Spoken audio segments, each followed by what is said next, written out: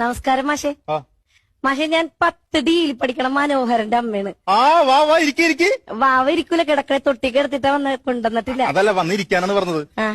മാഷ് കൊച്ചിനോട് പറഞ്ഞെന്ന് പറഞ്ഞ അമ്മേനെ വിളിച്ചിട്ട് വന്നിട്ട് സ്കൂളിൽ കയറിയാൽ മതി. എന്താണ് എന്തെങ്കിലും പ്രശ്നം ഉണ്ടാക്കിയവൻ? മനോഹരന് ഈ സ്കൂളിൽ പ്രശ്നം ഉണ്ടാക്കേ.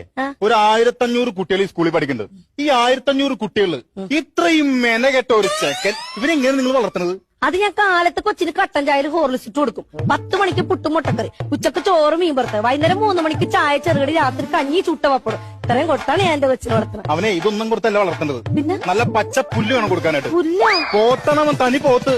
ഉള്ള കാര്യം പറയലോ, മനോഹരനെ പോലൊരു കുട്ടിയെ പഠിപ്പിക്കാൻ ഞങ്ങൾക്ക് ബുദ്ധിമുട്ടുണ്ട്. വേണ്ട മാഷകൾ ടീസിയും കൊടുത്ത് വിട്ടേക്ക്. എന്തിനാണ് നമ്മുടെ സ്കൂളിൽ വെറുതെ ചീത്തപ്പേരുണ്ടാക്കി ഇങ്ങനെ കുറെ എണ്ണം? ആരുടെ കാര്യമാണ് ഈ പറഞ്ഞത്? അല്ല, മനോഹരനെ പോലെ വേറെ ഏതാണ്ട് ഒരു കൊച്ചുണ്ടെന്ന് പറഞ്ഞു. മനോഹരനെ പോലെ വേറെ കൊച്ചിന്റെ കാര്യമല്ല പറഞ്ഞത്. മനോഹരന്റെ കാര്യം, നിങ്ങളുടെ കൊച്ചിന്റെ കാര്യമാണ് പറഞ്ഞത്. അവനെ പഠിപ്പിക്കാൻ ഞങ്ങൾക്ക് ബുദ്ധിമുട്ടാണ്.